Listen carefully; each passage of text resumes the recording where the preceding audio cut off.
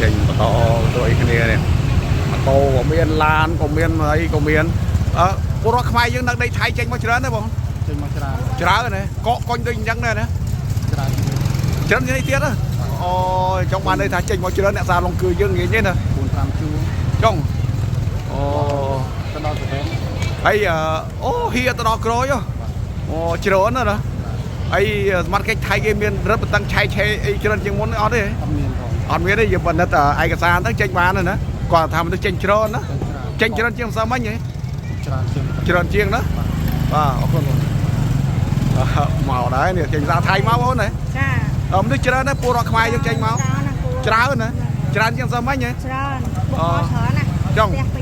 ស្ទះពេញដីថៃនោះណាហ្នឹងហើយអូសិនអ្នកសាឡុងគឺណាអត់ច្បាស់ដែរអត់បានគាត់បងអ្នកសាឡុងគឺហ៎បាទជឿបង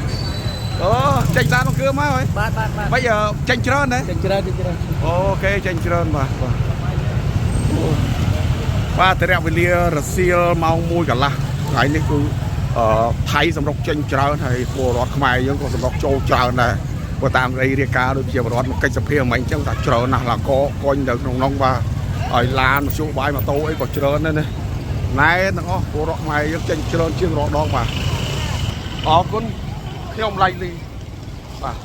ពុស្ក្តីនេះ